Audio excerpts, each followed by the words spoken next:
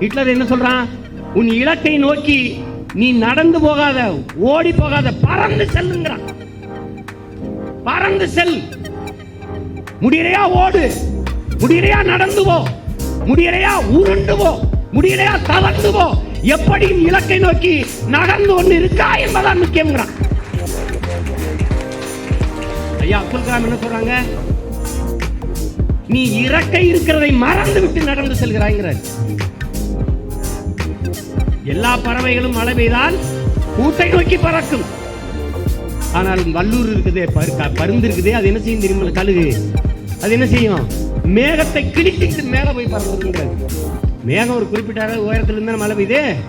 எந்த பறவை கூட்ட நோக்கி ஓடிடும் மழை பெஞ்சா. ஆனா இந்த பறவை மேகத்தை கிழித்து கொண்டு மேல் நோக்கி பறக்குங்கிறார். அப்படி மேகத்தை கிழித்து கொண்டு மேல் நோக்கி பறக்கிற பறவைகளாக நீங்க இருக்கணும்.